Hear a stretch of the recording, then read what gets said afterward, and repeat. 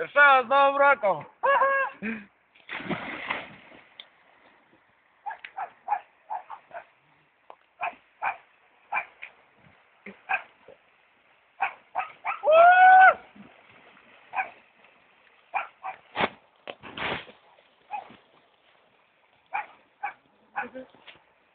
А ти за тема!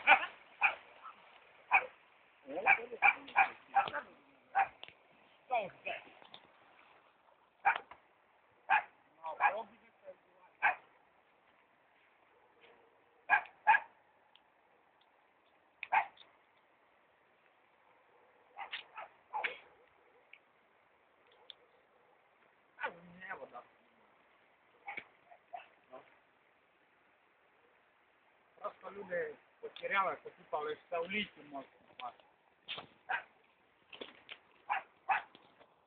Ваш коментарій. Можна купати в будь-який час. Не там охуєти. Усе, блядь, нове зараз сказали і нормально сумешно